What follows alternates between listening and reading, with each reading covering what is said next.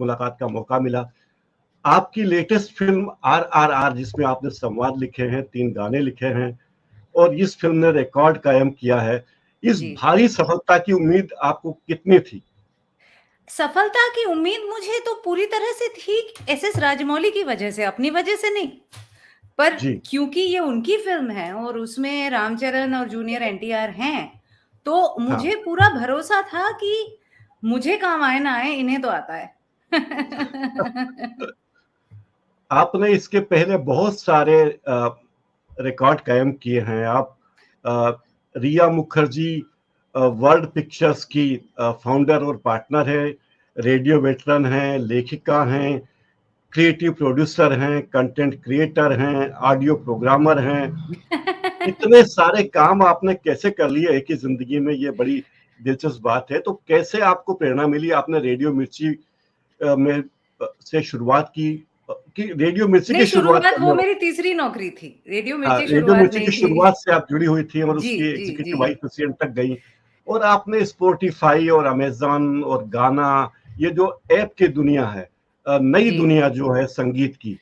Radio का दौर लगता है खत्म हो गया, वीडियो टेलीविजन के दौर से भी आगे का दौर है। इस दौर में हुँ। आप कैसे कैसे प्रवेश पाया आपने? एक्चुअली ये बहुत मेरी खुशनसीबी है, क्योंकि सच कहें तो रेडियो के लोग काफ़ी चिंतित रहते हैं अपने करियर को लेकर आजकल।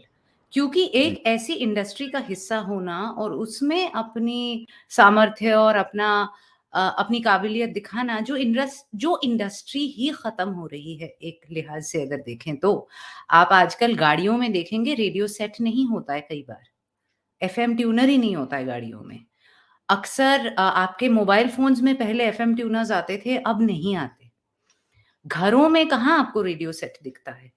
तो बड़ी मतलब असमंजस की भी बात है और घबराहट की भी बात है रेडियो वालों के लिए। तो आई थिंक मैंने कुछ 20-22 साल रेडियो में गुज़ारे। अर्ली 90s से, मैं रेडियो मिर्ची से पहले से टाइम्स एफएम बोल के एक कंपनी हुआ करती थी, टाइम्स ऑफ इंडिया की ही थी वो। अम, उससे जुड़ी हुई थी और कुछ 2015 में, अब लोगों को लगता है मैं बहुत दूरदर्शी हूँ, ऐसा कुछ नहीं है, मैं बोर हो गई थी और मुझे लग रहा था मैं एक ही चीज़ कर रही थी, तो मैंने नौकरी बड़ी अच्छी अपनी बहुत ही आरामदेह नौकरी छोड़ दी और अपना काम शुरू कर दिया। और इसलिए अब नया काम ऑडियो वालों को तो डिजिटल स्पेस में ही मिलेगा। तो इसीलिए मैं डिजिटल स्ट्रीमिंग प्लेटफ़ॉर्म्स के लिए कंटेंट बनाने लगी, फ़िक्शन, नॉन फ़िक्शन, पॉडकास्ट वगैरह। अब सबको लगता है कि मैंने बड़ा अपना करियर अच्छे से प्लान किया, मैंने ऐसा कुछ भी नहीं किया था। मैं बस बहती चली गई। पर है। आपकी और मेरी कहानी में बहुत सी चीजें मिलती-जुलती हैं। जब जी, मैंने वेब दुनिया में काम शुरू किया था, जो हिंदी का पहला पोर्टल है, मैं जी, उसका न केवल पहला संपादक था बल्कि पहला एम्प्लॉयी भी था। जी। यानी मैंने ही सबसे पहली नियुक्ति भी की, पियून की नियुक्ति मैंने की। तो ऐसे दौर में तब लोग हँसते थे, कहते थे कि ये पत्रकारिता छोड़कर बंदा कंप्यूटर ऑपरेटर हो गया, क्योंकि उन दिनों इंटरनेट की बहुत मुश्किल थी, जी। कल्पना नहीं थी। लेकिन संयोग कहें या मैं सही लोगों के साथ गया और मुझे अ, उसका लाभ मिला। आपने रेडियो की नौकरी करते हुए, रेडियो में जब छोड़ा, तब आप बहुत बड़े ओहदे पे थी। ज़ाहिर है एग्जीक्यूटिव वाइस प्रेसिडेंट थी रेडियो मिर्ची में ही। और हाँ। आपने तब छोड़ा जब मोदी जी प्रधानमंत्री बने ही थे, 2014 की बात है। तो मोदी जी का उदय और आपका उदय एक साथ हुआ, ऐसा लगता है कि ये लगभग एक ही वर्ष में हुआ है। तो वो भी शीर्ष पर हैं राजनीति में, आप भी अपने फील्ड में शीर्ष पर हैं। उनकी भी टीआरपी बहुत ज्यादा है, आपकी भी टीआरपी बहुत ज्यादा है। ये बताइए, जो फिल्म है ये आपने, और इसके बारे में भी कुछ बताइए, जो आपकी कंपनी है रिया मुखर्जी वर्ल्ड पिक्चर्स के बारे में भी कुछ बताइए, हमारे दर्शकों को बड़ी खुशी होगी जान के। इसका नाम ही वर्ड पिक्चर्स इसलिए है क्योंकि ऑडियो की दुनिया के लोग यही तो करते हैं। जी। शब्दों से तस्वीरें बनाते हैं, क्योंकि हमारे पास कैमरा नहीं है, लोकेशंस नहीं है, सेट, कॉस्ट्यूम, मेकअप कुछ नहीं है। तो हम अपने अल्फाज से चित्र बनाते हैं, इसीलिए इसका नाम वर्ड पिक्चर्स है। और मैं ज़्यादातर ऑडियो में ही काम करती हूँ। पर जब मैंने नौकरी छोड़ी थी तब मुझे एक मौका मिला था, एक काफ़ी सीनियर डायरेक्टर हैं बम्बई में, संदीप वर्मा नाम के, उन्होंने एक फ़िल्म भी बनाई है, मंजूनाथ, जो एक जी। बायोपिक है। उनके साथ मुझे एक स्क्रीन प्ले को-राइट करने का एक मौका मिला, सच कहें तो को-राइट क्या ही कहे, शागिर्दी थी वो, मतलब उन्होंने वक़्त दिया और अपना एफ़र्ट दिया मुझे सिखाने के लिए, तो बहुत कुछ सीखने को मिला उनसे। फिर उनकी एक शॉर्ट फ़िल्म के लिए मैंने एक गाना लिखा था। मैं आज भी मज़ाक करती हूँ कि फ़िल्म थी कुछ 18 मिनट की और उसमें तो पूरा गाना यूज़ भी नहीं हुआ था, ज़ाहिर-सी बात है शॉर्ट फ़िल्म में 4 मिनट का गाना तो यूज़ नहीं हो सकता। पर उन्होंने मुझसे 22 ड्राफ्ट्स लिखवाए थे जिससे पहले कि वो खुश हुए। तो वो भी मेरी मतलब सीखने का ही मौका था मेरे लिए। और सिलसिला वहाँ से शुरू हुआ कि वो शॉर्ट फ़िल्म का गाना फिर किसी और फ़िल्म मेकर ने सुन लिया। उन्होंने अपनी फ़िल्म के लिए मुझे लिरिक्स लिखने को कहे, जो फ़िल्म अभी तक रिलीज़ नहीं हुई है वैसे। और उस फ़िल्म के म्यूज़िक कंपोज़र थे एमएम करीम साहब। तो मेरी कीरवानी सर से उस दौरान मुलाकात हुई थी जब मैं एक हिंदी इंडिपेंडेंट फ़िल्म पे काम कर रही थी और गाने लिख रही थी। फिर उनका बड़प्पन है और उनकी जेनरॉसिटी है कि जब आरआरआर की बात आई तो उन्होंने मुझे फ़ोन लगाया और कहा कि आओ ज़रा लिख के देखो। पहला गाना जो था वो दोस्ती, जो मेरा पर्सनल फ़ेवरेट भी है। जी, अम, क्योंकि इमेजरी के साथ खेलने का बहुत मज़ा आया, बहुत मौका मिला उसमें। अजगर और बाज़ की, सागर झंझार जी, की, मुझे जी। ऐसे अल्फ़ाज़ इस्तेमाल करने में बहुत मज़ा आता है जिनको आप याद टाइटल नहीं कर सॉन्ग है सकते आरआर का। आरआरआर कि का टाइटल सॉन्ग कहा जा सकता है उसे। जी, जी, कि वो आपको याद ना हो कि आपने वो अल्फ़ाज़ या वो लफ्ज़ कभी पहले हिंदी गीत में सुना हो या नहीं, जैसे झंझार है या हुँ, अजगर है, तो हुँ, उस वो खेलने में बड़ा मज़ा आया। हुँ, हुँ। 2 तो पहले विरोधाभासी चीज़ें, 2 हाँ, पात्र हैं, जी। दोनों विरोधाभासी हैं, राम अलग जी, पात्र है, भीम अलग पात्र है। जी, बिल्कुल। एक बात बताइए आप मूलतः बंगाली पृष्ठभूमि की हैं, बांग्ला आपकी मातृभाषा होगी। अंग्रेज़ी माध्यम में आपने पढ़ाई की और फिर ये जी, हिंदी फ़िल्मों में गाने, हिंदी के गाने और हिंदी के डायलॉग, ये कैसे आप पहुँची इस सफ़र में? सच कहूँ तो हिंदी के साथ मेरा बिल्कुल वो शमा परवाना वाला रिश्ता है जिसमें शमा हिंदी है और मैं परवाना हूँ। मैं दीवानी हूँ इस भाषा की और मुझे हुँ, कुछ नहीं आता था। सच कहूँ तो मेरी हिंदी भयंकर खराब हुआ करती थी और हुँ, क्योंकि ना ही सिर्फ़ मैं बंगाली घर से हूँ, मेरी शुरुआती तालीम मिडल ईस्ट में हुई थी, एक अमेरिकन हुँ, एम्बेसी के स्कूल में। तो मैं तो जी, बिल्कुल पूरी अंग्रेज़न ही थी मैं और जी, मेरी हिंदी बेहद ख़राब थी पर मुझे इश्क हो गया था हिंदी, हिंदुस्तानी, उर्दू से और मैं हुँ, सुनती बहुत थी, पढ़ती बहुत थी। तो मैं हुँ, गुलज़ार साहब की किताबें पढ़ती थी, फिर मैं अपनी कविताएँ अंग्रेज़ी में लिखती थी। तो कॉलेज में हुँ, मेरे दोस्त मुझे इंग्लिश गुलज़ार बुलाते थे कि सोचती अंग्रेज़ी वाह! में है पर हाँ। पढ़ती हिंदी में है। आपकी वेबसाइट पे गुलज़ार साहब के साथ आपकी तस्वीरें भी है, लता जी, आशा जी के साथ भी तस्वीरें ये हैं। बड़ा अच्छा लगा। एक बात मेरे मन में जिज्ञासा है, जी, आप अन्यथा ना लें, लेकिन नहीं, राजामौली साहब की पिछली फ़िल्म के डायलॉग और हिंदी संवाद और गाने लिखने वाले मनोज मुंतशिर थे। जी। तो ये गुस्ताखी होगी कि आपने मनोज मुंतशिर जी को रिप्लेस किया है, अरे नहीं, नहीं। लेकिन मनोज मुंतशिर की जगह आपको काम मिला, ये इसमें आपको क्या लगता है कौन से सूत्र होंगे कि राजामौली साहब ने आप पे भरोसा किया? पता नहीं और मैं बहुत खुशनसीब हूँ। मनोज मुंतशिर साहब तो बहुत सीनियर हैं इंडस्ट्री में, हिंदी के हाँ, पंडित हैं, विद्वान हैं और वही हिंदी फ़िल्म इंडस्ट्री से इतने सालों से जुड़े हुए हैं। हो सकता है वो मसरूफ़ रहे हों। हो सकता हुँ, है उनको डेट्स या टाइम मुझे कुछ नहीं पता। मुझे हुँ, बस ये पता है कि कीरवानी सर ने एक गाना लिखने को बुलाया, उस एक गाने से फिर उन्होंने कहा कि अच्छा डायलॉग्स ट्राई करोगे? पहले मेरे डायलॉग्स लिखने की कोई बात नहीं थी। फिर हुँ, उन्होंने एक बार बुलाया कि अगर बुरा ना मानो तो डायलॉग्स के लिए एक बारी ट्राई करोगी? तो मैंने कहा अरे! ये तो बहुत अच्छा मौका है, क्यों नहीं ट्राई करूँगी? तो हुँ, मैं बस इतना जानती हूँ कि क्योंकि हम ऑडियो वाले हैं ना, हुँ, हमें लफ्ज़ों के साउंड से बड़ा मतलब है। क्योंकि हम हुँ, तो सुन के ही करते हैं ना जो भी करते हैं, पढ़ के, देख के तो जी, नहीं करते। हम हाँ, ना संपादक हैं, ना हम फ़िल्म इंडस्ट्री में निर्देशक या लेखक हैं। हमारे हुँ, लिए आवाज़ ही सब कुछ है। हुँ, तो मुझे पता है कि शायद ये एक चीज़ किसी रेडियो के इंसान में होती है जो शायद उनको ज़रूरत थी कि सिर्फ़ मायने ना निकल के आए बातों की, फ़ेथफुल ट्रांसलेशन ही ना हो तेलुगु से हिंदी का, बट सुनने में भी अच्छा लगे। कई बार क्या होता है जब आप तेलुगु से आपको अंग्रेजी में मिली है, अंग्रेजी से आप हिंदी कर रहे हो, वो मीनिंग पूरा करना है, लिप सिंक मैच करना है, टाइमिंग उतने में ही करनी है क्योंकि बंदे के होंठ जब तक हिल रहे हैं उसी में हिंदी भी पूरा होना है। इस सब को मद्देनजर रखते-रखते कभी-कभी हम वो 2 कदम पीछे लेना भूल जाते हैं कि अच्छा लोग ऐसे बात भी करते हैं क्या? ऐसा तालमेल गोल-मटोल मुझसे हुआ हाँ, है कि मैंने पूरा डायलॉग लिख दिया, फिर मैं 2 सेकंड मैंने कहा ऐसे कौन बात करता है यार? बदलो इसको। तो मनोज तो बहुत ही सीनियर हैं इंडस्ट्री में, मैं तो हूँ ही नहीं फ़िल्म इंडस्ट्री की, तो मुझे नहीं पता कि उन्होंने इस फ़िल्म में काम क्यों नहीं किया। पर मैं बस अपनी जर्नी जानती हूँ। तेलुगु से आप गई हैं, तेलुगु से डायलॉग लिखा गया, अब अंग्रेजी में ट्रांसलेट हुआ, अंग्रेजी से फिर आपने उसे हिंदी में लिखा।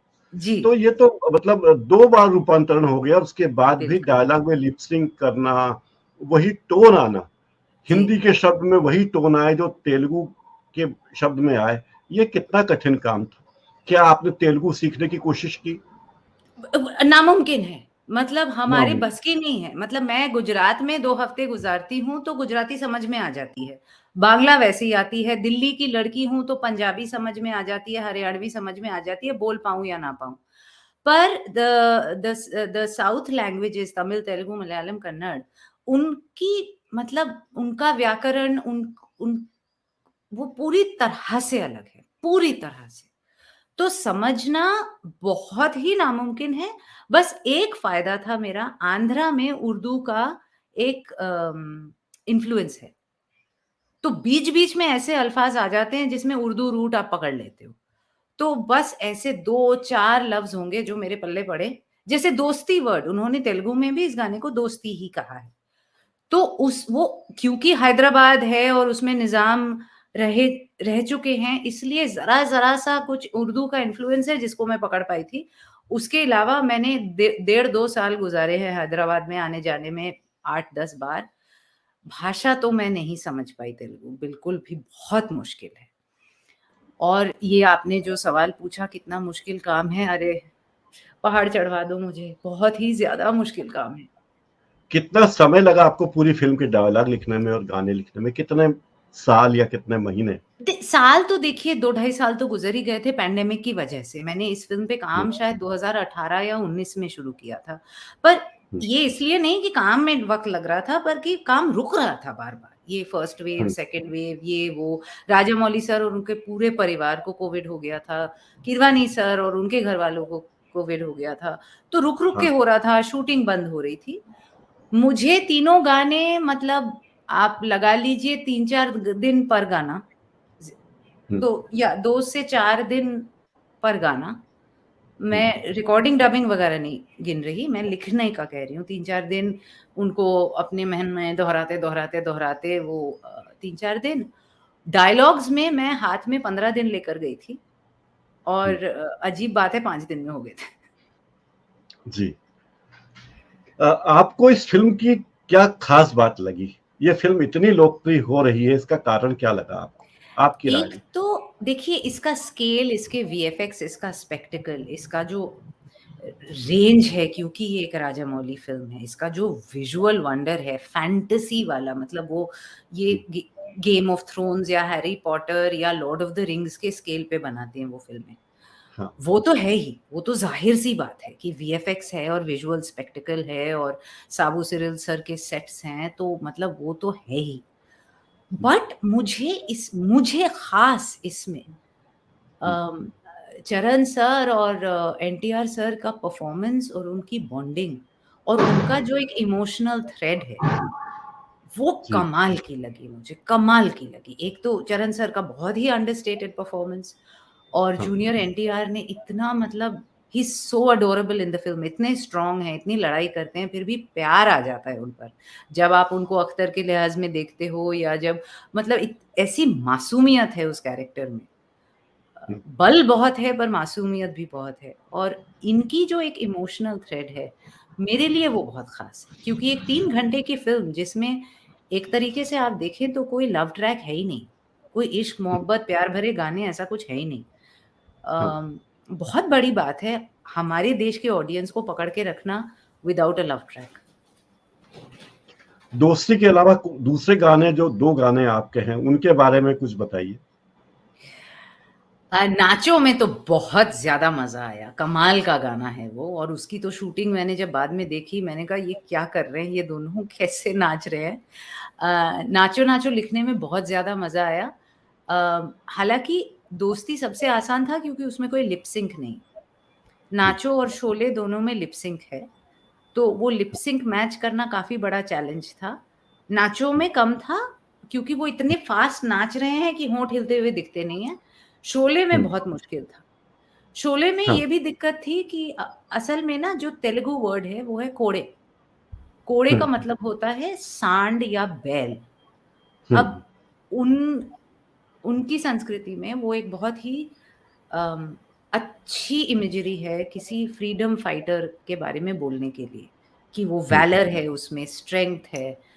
पर मैंने कहा भाई हम हिंदी में नहीं बुला सकते सुभाष चंद्र बोस को सांड और छत्रपति शिवाजी महाराज को बैल, वो कल्चरली वो ट्रांसलेट नहीं होता है।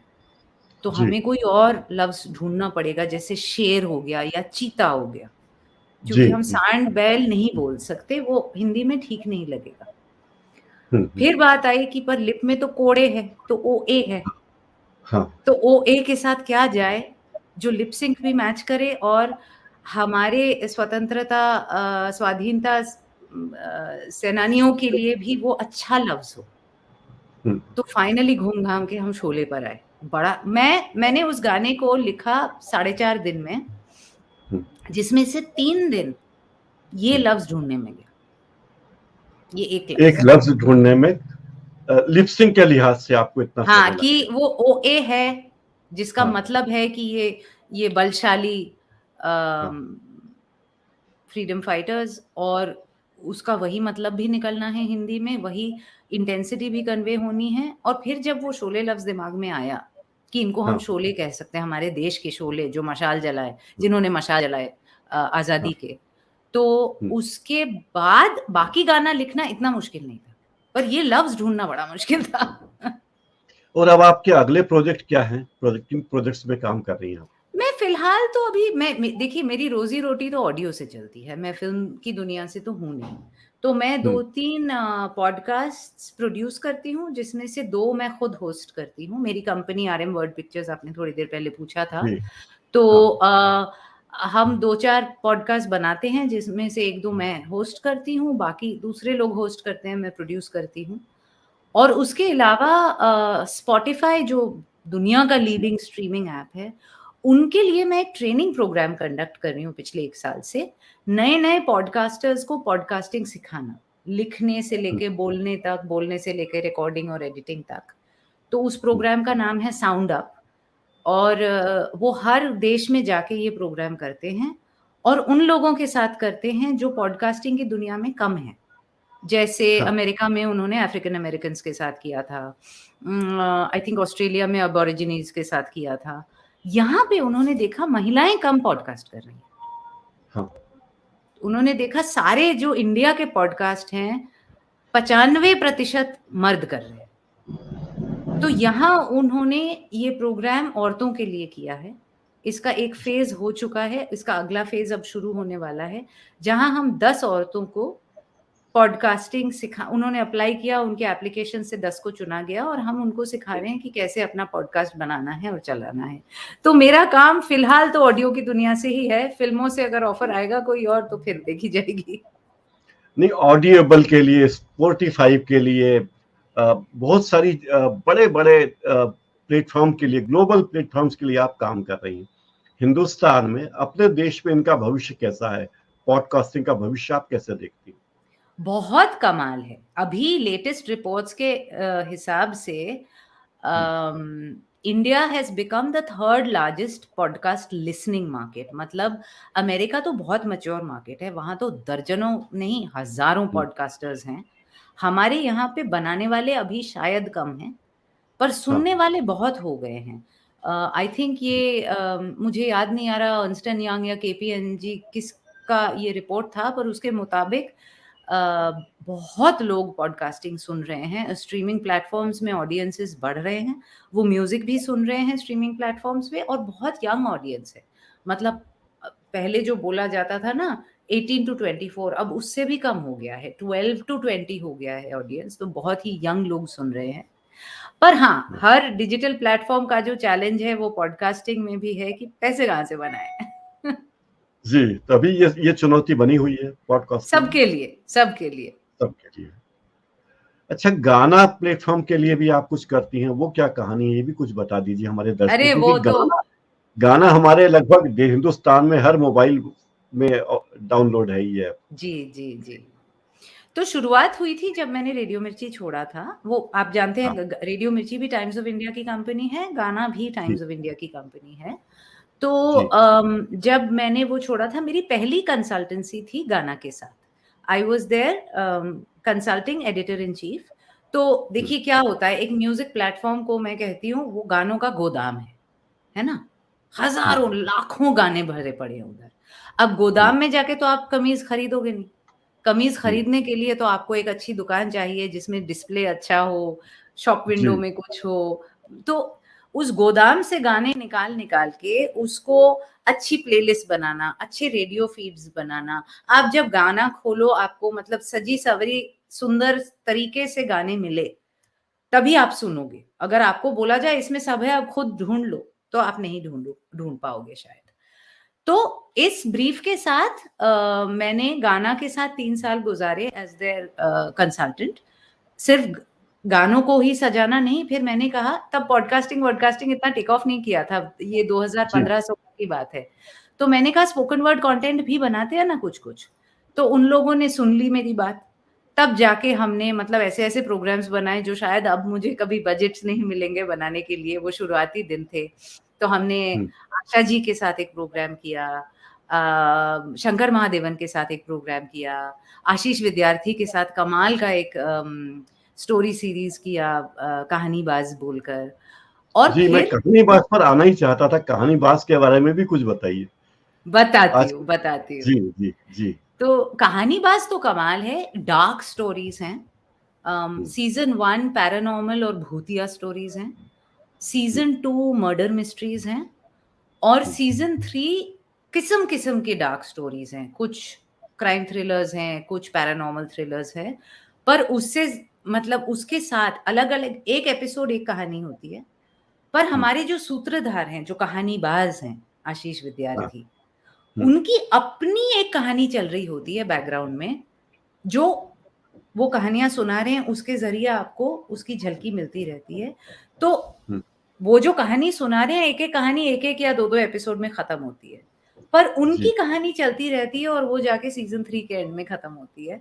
और आशीष दा ने तो मतलब ऐसा कमाल किया था ना, सिंगल वॉइस नरेटर, और आप सुनना शुरू करो, आप रुक नहीं सकते।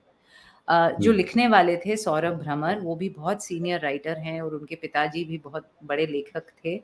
और बोलने वाले भी आशीष दा ने क्या कमाल किया है। मतलब आई थिंक कहानीबाज़ एक राइटिंग और एक वॉइस नरेशन मास्टरपीस है। अगर किसी को जानना है कि ऑडियो फ़िक्शन कैसे करना है, उनको कहानीबाज़ सुननी चाहिए। मैं इसलिए नहीं कह रही क्योंकि मैंने बनाया है। सारा श्रेय जाता है सौरभ को और आशीष विद्यार्थी को, और साउंड डिज़ाइन जिन्होंने किया, कंदर्प रेलहन, वो भी मतलब लोगों ने कहा है it sounds like an audio movie. ऐसा लगता है कि हम हुँ, सुन नहीं रहे, हम देख रहे हैं। वाह! और इसके बारे में भी कुछ बताइए, रवींद्रनाथ टैगोर की कहानियों के बारे में भी आपने कुछ काम किया है काफ़ी ज़बरदस्त। ये हाँ, क्या है? बहुत मज़ा आया मुझे उसको करने में। अब हम बंगाली हैं, हमारे लिए तो मतलब हमारी खुराक में, हमारे खून में है रवींद्रनाथ। तो मुझे बहुत मन था कि मैं उनकी कहानियाँ एक बंगाल के बाहर पहुँचा पाऊँ किसी तरीके से। जैसे हुँ, अनुराग बासु ने भी बहुत साल पहले किया था एपिक चैनल पर। तो मैंने उनकी कहानियाँ उठाई 10-12, एक कविता, 1-2 कुछ कविताएँ, कुछ कहानियाँ, और मैंने उनको सिर्फ़ हिंदी में रूपांतर नहीं किया, मैंने उनको मॉडर्नाइज़ कर दिया। मैंने उनको जैसे कोई अगर नर्तकी रही हैं राजा के दरबार में, उनको मैंने बॉलीवुड डांसर बना दिया। इस तरीके से मैंने बिल्कुल आज के माहौल में कहानियों को सेट किया है, किरदार आज के हैं, कहानी मूलतः से रवींद्रनाथ की ही है, पर उसको पूरी तरह से मॉडर्नाइज कर दिया मैंने ताकि वो एक्सेसिबल हो जाए। मैंने ही लिखा है और मैंने ही पढ़ा है, और मेरी माँ हमारी चीफ रिसर्चर हैं, क्योंकि वो लिटरेचर की तो मास्टर्स इन लिटरेचर हैं, और टैगोर तो घोल के पी हुई है उन्होंने तो। अच्छा, ये बताइए, रिया मुखर्जी के फेवरेट कौन है? उनके फेवरेट आपने बताया गुलजार आपके प्रिय हैं, लेकिन फिल्मों में कौन फेवरेट है? कौन से डायरेक्टर, लेखक उनके फेवरेट है? अरे बहुत हैं। मैं तो, आप जानते हैं, गाना पे रियाज रेट्रो बोल के एक प्रोग्राम करती हूँ, जो भी उसी दौर में लॉन्च किया था जब मैं उनके साथ कंसल्टेंट थी। फिर कंसल्टेंसी खत्म हो गई, पर रियाज रेट्रो अब अपने 7वें साल में है, और मैं उसमें पुराने फिल्मी गाने चलाती हूँ और अपनी बातें करती हूँ। मेरे फेवरेट्स में मतलब मुझे तो, अरे बाप रे, ऋषिकेश मुखर्जी, बासु चैटर्जी, गुरुदत्त, राज कपूर, लेखकों में तो मतलब गुलजार साहब के अलावा साहिर लोधियानवी बहुत बहुत अजीज हैं मेरे, कमाल के लगते हैं वो मुझे। अम, और भाषा पे पकड़ की बात हो तो मतलब कितना कुछ सीखने को मिलता है राजा मेहदी अली खान साहब से या कैफी आजमी साहब से। फिर मुझे वो पैरेलल सिनेमा के जो निर्देशक हैं वो बहुत पसंद हैं, जो 70s में आए ना, जैसे सई परांजपे हो गई या श्याम बेनेगल हो गए वगैरह। तो मेरी सेंसिबिलिटी थोड़ी वो इंडी की तरफ जाती है, इसीलिए जी, ट्रिपल आर के लिए लिखना बहुत बड़ा चैलेंज था मेरा, क्योंकि मुझे जी।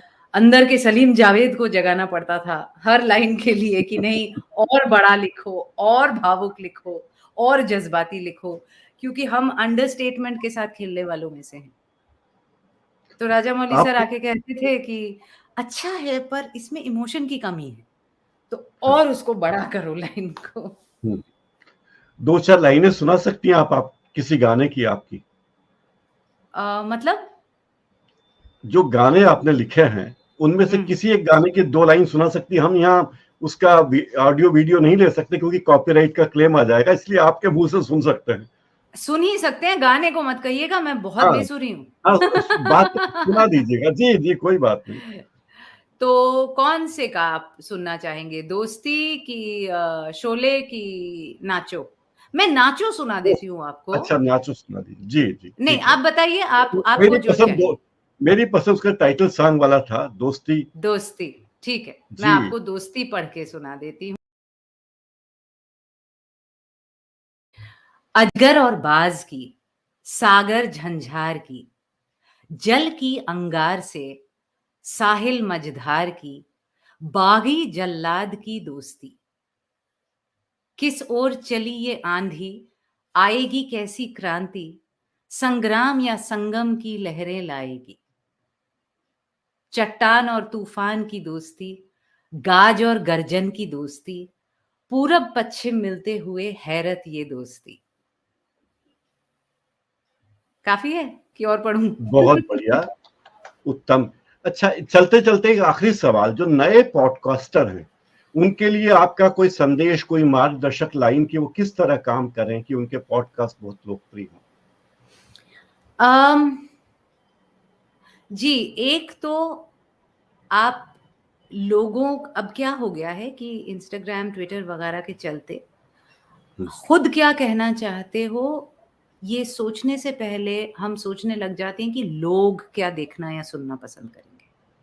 जी, अब ऑडियो, जिसको मैं कहती हूँ द मीडियम विदाउट मेकअप है। मतलब इसमें कोई अगर आप इसमें उलझ जाओगे कि लोगों को क्या पसंद आएगा, तो आप फँस जाओगे। आपके अंदर की आवाज़, आपकी जेन्युइन आवाज़ हो वो, आपके दिल की बात हो वो, या दिमाग की बात हो। पॉडकास्ट तो अलग-अलग चीज़ों पे हो सकता है, किसी साइंटिफिक चीज़ पे हो जी, सकती है, गार्डनिंग पे हो जी, सकता है, हॉर्टिकल्चर पे हो सकता है, कुकिंग पे हो सकता है। पर वो जी, चीज़ आपके अंदर ऐसे बसी होनी चाहिए ना कि आपको अगर कोई कहे इस टॉपिक पे आप अगले 4 साल तक बोल सकते हो, तभी आप एक पॉडकास्ट शुरू करो। कई बार क्या होता है, लोगों के दिमाग में एक ऐसा आइडिया होता है जो 2 या 4 एपिसोड या 10 एपिसोड में खत्म हो जाएगा। हुँ, तो ऐसा कोई विषय अगर वो चुने जिसके बारे में उनकी जानकारी या उनकी दिलचस्पी इतनी है कि वो साल दर साल उस पे, जैसे मैंने रेट्रो पे क्यों काम करना शुरू किया, क्योंकि जी, पुराने हिंदी फ़िल्मी गानों पे आप मुझे रात के 3 बजे भी जगा के कुछ पूछो ना तो मैं इतनी मतलब एंथुसियास्टिक हूँ कि मेरी मेरी दिलचस्पी उसमें कभी खत्म होगी ही नहीं। तो मैं यंगस्टर्स को यही कहूँगी कि ऐसा कोई विषय ढूँढो, जो तुम्हारे दिल के बहुत करीब हो और जिसके बारे में तुम्हारी जानकारी काफ़ी अच्छी हो, वरना आप उसको सस्टेन नहीं कर पाओगे। रिया जी, मैं आपका शुक्रिया कैसे अदा करूँ? आप मुंबई में बैठी हैं, मैं इंदौर में बैठा हूँ और हम मैं दिल्ली में तकनीक बैठी हूँ। आप दिल्ली में बैठी हैं, ओह! आप दिल्ली में बैठी हैं, मैं मुंबई इंदौर में बैठा हूँ और हम अपनी बातचीत कर रहे हैं। जी। आपने हमें अपना बेशकीमती समय दिया, बहुत-बहुत शुक्रिया और मुझे विश्वास है कि हमारे दर्शकों को भी ये पसंद आएगा। दर्शक हमारे चैनल को सब्सक्राइब करें और ये भी जी। गुज़ारिश है कि लाउड इंडिया टीवी पर भी ये कार्यक्रम प्रसारित होता है, तो वहाँ भी उसे पसंद करें, सब्सक्राइब करें। बहुत-बहुत शुक्रिया आपका, बहुत-बहुत धन्यवाद। बहुत-बहुत धन्यवाद। शुक्रिया। जी, धन्यवाद।